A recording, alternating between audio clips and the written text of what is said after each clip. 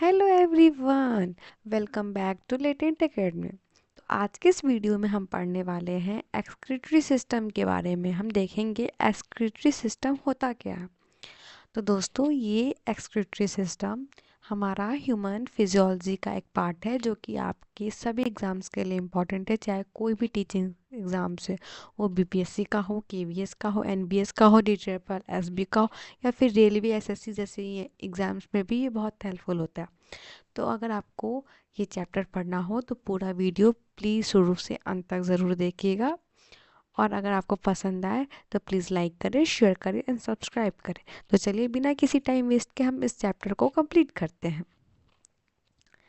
सबसे पहले हम एक्सक्रीटरी सिस्टम देखते हैं कि एक्सक्रीटरी सिस्टम होता क्या। हमने इससे पहले ह्यूमन फिजियोलॉजी में सारे के सारे ये अपने चैप्टर्स कंप्लीट कर लिया है, जहाँ हमने न्यूट्रिशन से लेकर के एक्सक्रीशन तक की बात की है। अब हम यहाँ एक्सक्रीशन सिस्टम के बारे में अच्छे से देखने वाले हैं। एक्सक्रीशन, सबसे पहले तो हम समझते हैं कि एक्सक्रीशन होता क्या है। ठीक है, removal of waste products from human body is called excretion. यानी कि देखो, जब हम डाइजेशन पढ़ते हैं तो डाइजेशन में हम क्या देखते हैं कि न्यूट्रिएंट्स जो हम खाते हैं रोज़मर्रा की ज़िंदगी में, उसको खाने के बाद जो भी पोषक तत्व हमें मिलता है, विटामिन्स, मिनरल्स, जो भी चीज़ है, वो हम अपने शरीर को देते हैं ताकि हमारा शरीर जो है वो ग्रोथ कर सके, हमारा शरीर जो है बढ़ सके, इम्प्रूव कर सके। लेकिन जब सब कुछ हो जाता है तो उसके बाद उसका वेस्ट प्रोडक्ट भी तो निकलता है। सपोज सोचो, अगर आप एक गिलास जूस पी रहे हो, तो जब जूस पीने जाते हो तो जूस पीने से पहले वो पूरा फ्रूट रहता है। कोई भी फ्रूट का आप जब जूस पीते हो तो वो पूरा फ्रूट के रूप में रहता है, लेकिन जब वो मिक्सर में जाता है तो उसमें से उसका जो जूसी पार्ट होता है वो निकल जाता है, लेकिन उसका कुछ हार्ड पार्ट्स रह जाता है। तो उस पार्ट्स को आप क्या करते हो, एक्सक्रीट आउट करते हो ना, यानी कि उसको रिमूव करते हो ना। तो वैसा ही सिस्टम ह्यूमन बॉडी के अंदर भी होता है। जो भी न्यूट्रिएंट, जो भी हम विटामिन मिनरल्स एब्जॉर्ब कर लेते हैं, उसके बाद जो वी वेस्ट प्रोडक्ट हमारे बॉडी के अंदर प्रेजेंट होता है उसको हम बाहर निकालते हैं। तो उस प्रोसेस को क्या कहते हैं, हम एक्सक्रीटरी सिस्टम कहते हैं। ठीक है, अब हम यहाँ पे देखते हैं कि हमारे बॉडी में किस तरह के वेस्टेज होते हैं। जैसे कि स्वेट, स्वेट भी एक वेस्ट यानी कि हमारा पसीना आना। कार्बन डाइऑक्साइड भी वेस्टेज है, यानी कि जो देखो, वेस्टेज बेसिकली हम उसको कहते हैं जिसको मेरी बॉडी यूज़ नहीं कर सकती है। तो पसीने को मेरी बॉडी किस लिए यूज़ करेगी, कोई भी काम नहीं है उसका। कार्बन डाइऑक्साइड हमारी बॉडी में कहीं भी यूटिलाइज नहीं है, तो हम उसको भी वेस्ट प्रोडक्ट के रूप में मानते हैं। यूरिन, जो कि हम एवरीडे लाइफ में यूरिनेट करते हैं, तो यूरिन भी कोई यूज़फुल थिंग नहीं है हमारे बॉडी के अंदर। वही साथ ही साथ क्रिएटिनिन, क्रिएटिनिन जो है वो हमारे बोन्स, मसल्स, इनफैक्ट हमारे नाखून में, हमारे बाल में प्रेजेंट होते हैं, जो कि हमारे बॉडी के लिए एसेंशियल नहीं है। ठीक है, आप स्वेट में बात करते हैं तो हम इसमें क्या करते हैं, एक्सेस आयरन और वाटर को रिमूव करते हैं। जो वाटर का इंटेक हम अपने एवरीडे लाइफ में करते हैं, तो वो स्वेट के रूप में भी तो निकलता है हमारे बॉडी से। हमारे बॉडी में बहुत सारे पोर्स हैं, उस पोर्स से छोटा छोटा जो पोर हमारे बॉडी के अंदर प्रेजेंट है, उससे हमेशा कुछ ना कुछ वाटरिंग सब्सटेंस निकलते रहते हैं। तो ये एक आ जाएगा वेस्ट प्रोडक्ट के रूप में। CO2, जब हम ऑक्सीजन लेते हैं और CO2 छोड़ते हैं, तो ब्रीथिंग के प्रोसेस में CO2 भी हमारा वेस्ट प्रोडक्ट में आ जाएगा। यूरिनेशन, यूरिनेशन जब हम करते हैं तो यूरिन को एक्सक्रीट आउट करते हैं। उस यूरिन में यूरिया होता है, अमोनिया होता है, या फिर यूरिक एसिड होता है।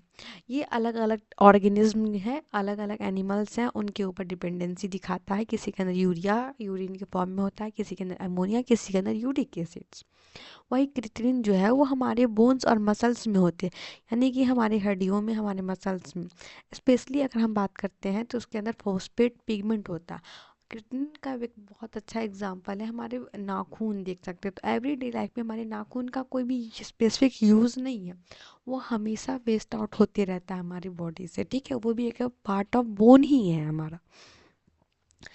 तो एक्सक्रीटरी ऑर्गन्स के रूप में हम किस किस को देखते हैं, सबसे पहला हम यहाँ पे स्किन को देखते हैं। स्किन से हम क्या रिमूव करते हैं, हम अपना स्वेट रिमूव करते हैं। जो हम वाटर का इंटेक करते हैं उससे हमारी बॉडी से स्वेट रिमूव आउट होता है, तो हम उसको, स्किन को हम as a excretory organ use करते हैं। दूसरा, हम लंग्स का यूज़ करते हैं। लंग्स का यूज़ कैसे होता है, हमारे ब्रीथिंग सिस्टम में होता है, जहाँ हम CO2 को रिमूव आउट करते हैं। देन हम किडनी का यूज़ करते हैं यूरिन के फॉर्मेशन में। यूरिन हमारा यूरिन का फॉर्मेशन कैसे होता है, किडनी जो है उसको प्यूरिफाई करता है तो यूरिन बनता है। तो ये हमारा मेन एक्सक्रीटरी ऑर्गेन है, आप इसको भी याद रखिएगा कि किडनी जो है एक ह्यूमन का मेन एक्सक्रीटरी ऑर्गेन है, ठीक है। लीवर में क्या होता है, यूरिया स्टोर होता है। मैंने आपको बिलिरुबिन बिलिरुबिन पिगमेंट्स के बारे में बताया था, वो सब क्या कहता है, कोलेस्ट्रॉल के लेवल को कम करता है। हमारा किडनी और लीवर जो है पार्टिसिपेट करता है यूरिया के कंजप्शन के लिए भी, तो हमारे लीवर में भी यूरिया भी एक्युमुलेट होता है, उसको वेस्ट आउट कौन करता है, हमारा लीवर भी करता है और किडनी भी करता है।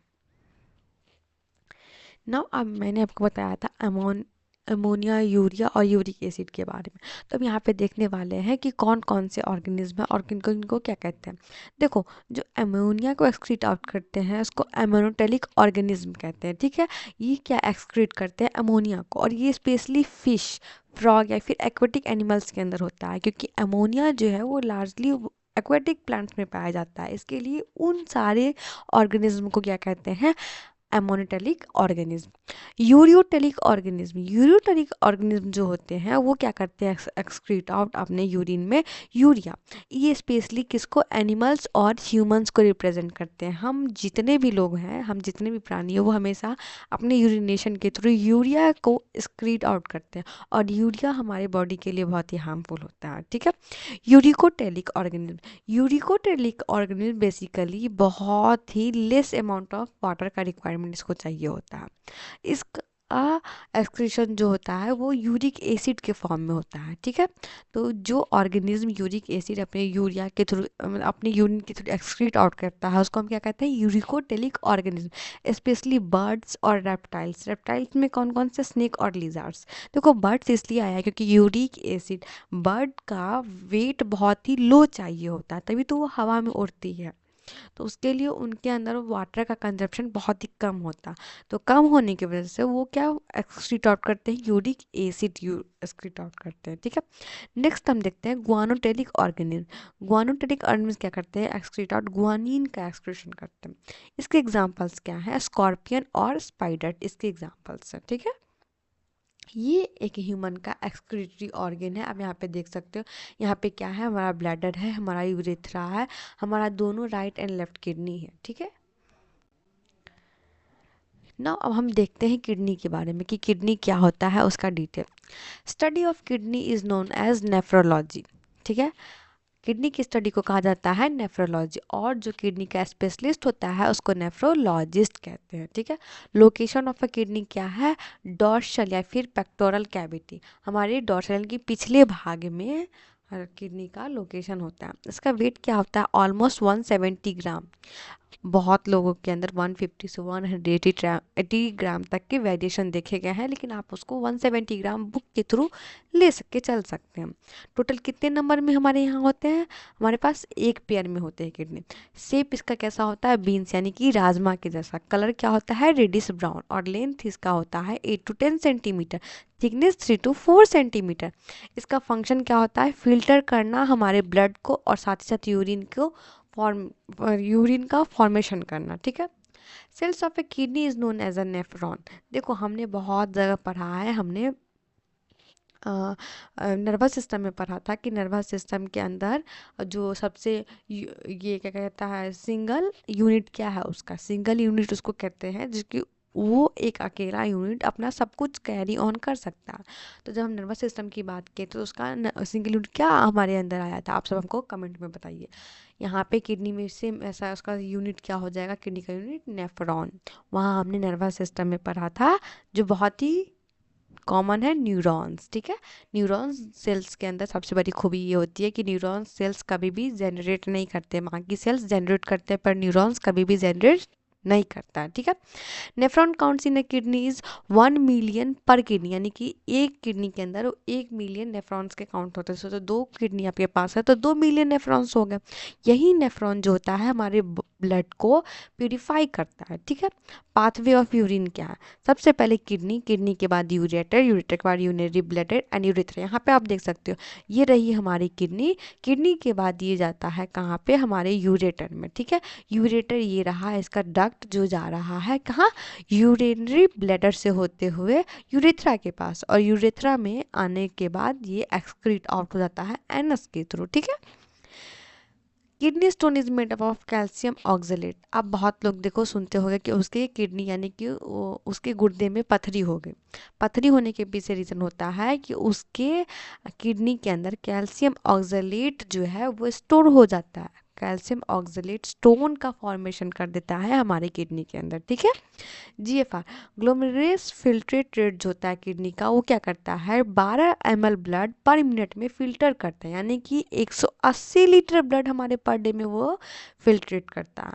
आप इस चीज़ को याद रखिएगा, एग्जाम से पूछा जाता है कभी कभी कि किडनी कितना मतलब litre blood per day filter कर देता है, ठीक है। Next, parts of nephron. Nephron के पार्ट्स के बारे में देखते हैं। दो तरह के यहाँ पे हम सारे नेफ्रॉन्स के पार्ट्स देखेंगे कि इसका क्या होता है क्या। सबसे पहले हम एफरेंट आर्टरी के बारे में पढ़ेंगे। एफरेंट आर्टरी क्या करता है? ये रिसीव करता है ब्लड को हमारे अदर बॉडी ऑर्गन से, ठीक है। ये रिसीव करके इसको आगे भेजता है। इफरेंट आर्टरी के पास ये क्या करता है? ब्लड को ट्रांसफ़र करता है बॉडी ऑर्गन्स के थ्रू, ठीक है। बोमेंस कैप्सूल, बोमेंस कैप्सूल का क्या काम है? ये सी लाइक स्ट्रक्चर है, ये फिल्टर करता है, ग्लैमरस फिल्टर इसके पास प्रेजेंट है। ये सारे ब्लड को फिल्टर करता है। कितने ब्लड को फिल्टर करता है? 125 ml पर मिनट ये फिल्टर करता है, यानी कि 180 लीटर्स पर डे फिल्टर कर देता है। पीसीटी, पीसीटी को कहते हैं प्रॉक्सिमल कन्वोल्यूटेड ट्यूब्यूल। ये क्या एक्सक्रीट आउट करता है? H+ आयन का एक्सक्रीट आउट करता है। पीसीटी दो तरह के होते हैं, एक डिसेंडिंग लिम्ब में, एक असेंडिंग लिम्ब में, ठीक है। डिसेंडिंग लिम्ब वाला क्या करता है? रीअब्जॉर्प्शन कराता है और डिहाइड्रेशन रिलीव करता है। वही असेंडिंग लिम्ब क्या करता है? अब्जॉर्प्शन करता है NaCl का, आयंस का, अमीनो एसिड का और ग्लूकोज का। नाउ नेक्स्ट देखते हैं डीसीटी। डीसीटी क्या है? Distal convoluted tubule. ये ट्रांसफर करता है यूरिन को कलेक्टिंग डक्ट के पास, कलेक्टिंग डक्ट से फिर ये आगे हमारे यूरिनरी ब्लैडर होते हुए यूरेथ्रा के पास पहुंच जाता है। अब कुछ यहाँ पे वन लाइनर पॉइंट्स देख लो जो आपके एग्जाम से बहुत इजीली और कॉमनली पूछ जाते हैं। तो study about excretory system is called urology. Excretory system के स्टडी को क्या कहा जाता है? यूरिटोलॉजी, ठीक है। PH value of human urine is 6। इसका पीएच वैल्यू 6 होता है और ये एसिडिक नेचर का होता है। इसका स्मेल कैसा होता है? Fresh urine is due to presence of ammonia. Ammonia का जो होता है स्मेल, वैसा ही स्मेल हमारे यूरिन का होता है। येलो कलर हमारे यूरिन का इसलिए होता है क्योंकि इसके अंदर यूरोक्रोम प्रेजेंट होता है, इस वजह से हमारे यूरिन का कलर येलो कलर होता है। Gout disease is due to deposition of uric acid crystal in knee membrane. हमारे नी मेम्ब्रेन में जो अगर यूरिक एसिड एक्युमुलेट हो जाएगा तो हमें गाउट होने के चांसेस होते हैं। गाउट एक ऐसा डिजीज है जो आपको किडनी के पास बहुत ही पेन फील करवाता है। कौन कौन से कंपाउंड है यूरिन के उसके बारे में देखते हैं। नॉर्मल इंसान में और एबनॉर्मल इंसान में क्या होता है? देखो, नॉर्मल इंसान अगर यूरिन का फॉर्मेशन करता है तो उसके अंदर क्या होगा? वाटर होगा, यूरिया होगा, यूरिक एसिड होगा और क्रिएटिनिन होगा। वाटर ऑलमोस्ट 95% होता है, यूरिया 2.6%। अब इसको कम मत समझो, 2.6% बहुत ही अनहेल्दी है। अगर एक दिन का भी यूरिया हमारे बॉडी में जमा होता है तो वो हमारे लिए अनहेल्दी हो सकता है, ठीक है। Uric acid 0.4% and creatinine 2%। वही एबनॉर्मल फॉर्म में क्या हो जाता है? ग्लूकोज, शुगर, ये एक्युमुलेट होने लग जाता है। और जब ये ग्लूकोज हमारे पास एक्युमुलेट हो जाएगा तो हमारे पास डायबिटीज़ होने के चांसेस हो सकता है। स्टार्टिंग केस में इसको डायबिटीज इंसिपिडस कहते हैं और इसमें ग्लाइकोरेमिया होता है। क्या हो जाता है कि हमारे यूरिन में भी ना ग्लूकोज प्रेजेंट हो जाता है ज़्यादा। अगर हमारे अंदर डायबिटीज़ हो जाएगा तो हमारा यूरिन में भी ग्लूकोज आता है। आप कई बार देखते होंगे जो डायबिटीज़ के पेशेंट होंगे, अगर वो यूरिनेशन करते हैं, उनके जाने के बाद उनके यूरिन के पास चींटियाँ लग जाती है। क्यों? क्योंकि उनके यूरिन में ग्लूकोज का अमाउंट बढ़ गया है। ठीक है, प्रोटीन और अमीनो एसिड अगर आता है हमारे यूरिन में तो क्या होता है, कीटोन बॉडीज़ का फॉर्मेशन होता है, और ये क्या कर देता है, हमारे लीवर को डैमेज कर सकता है। ठीक है, अगर हमारा ब्लड आता है तो किडनी फेलियर कंडीशन के रूप में आता है। ठीक, हेमोडायलिसिस आपने बहुत कॉमन टर्म सुना होगा। हेमोडायलिसिस, बहुत लोग हेमोडायलिसिस करवाते हैं क्योंकि उनका किडनी जो है प्रॉपर रूप से ब्लड का फिल्ट्रेशन नहीं कर पाता। तो हेमोडायलिसिस एक तरह का आर्टिफिशियल ब्लड फिल्ट्रेशन प्रोसेस है। ठीक है, सबसे पहले इसको सक्सेसफुली यही किडनी ट्रांसप्लांटेशन हुआ था जोसेफ मुरे का। कब? 4 मार्च 1954 में पीटरलैंड हॉस्पिटल ब्रिंघम में। ठीक है, अगर हमारे किडनी में इन्फ्लामेशन होता है तो नेफ्राइटिस डिजीज नाम का एक बीमारी है जो हमें हो सकता है। ना अब हम देखते हैं एंटी डायरेटिक हार्मोन और वैसोप्रीन हार्मोन के बारे में। हमने जब एंडोक्राइन सिस्टम पढ़ा था तो हमने एडीएच के बारे में भी पढ़ा था। एडीएच क्या करता है, यूरिन के फॉर्मेशन को रोकता है, वाटर को बैलेंस करता है। ठीक है, देखो यहाँ क्या होता है, वाटर बैलेंसिंग होता है यूरिन में। ठीक है, एक्सेस अल्कोहल जब कंजप्शन हो जाता है हमारे अंदर, कभी कभी आप देखते होंगे कि जो बहुत ज़्यादा शराब पीते हैं उनको कभी कभी पैंट में ही पेशाब हो जाता है।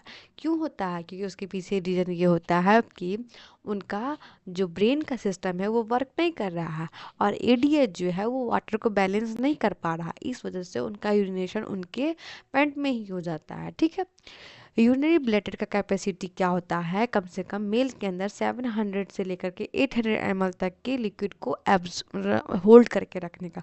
वही फीमेल के अंदर 300 से 400 ml होता है। अब आप सोचोगे कि ऑलमोस्ट हाफ क्यों हो जाता है?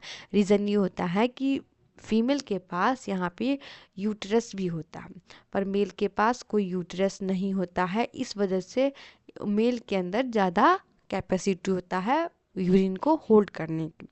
फीलिंग ऑफ यूरिनेशन क्या होता है, ऑलमोस्ट जब हमारा यूरिनरी ब्लैडर जो है, यूरेथ्रा जो है 250 से लेकर 300 ml तक फुल हो जाता है तो हमें यूरिनेशन की फीलिंग होने लगती है, हमें इच्छा होती है यूरिनेट करने की। ठीक है, साइज ऑफ यूरेथ्रा क्या होता है, मेल के अंदर 10 सेंटीमीटर, क्योंकि उनको ज़्यादा लिक्विड होल्ड करने की कैपेसिटी होती है। वही फीमेल के अंदर 2 to 2.5 सेंटीमीटर।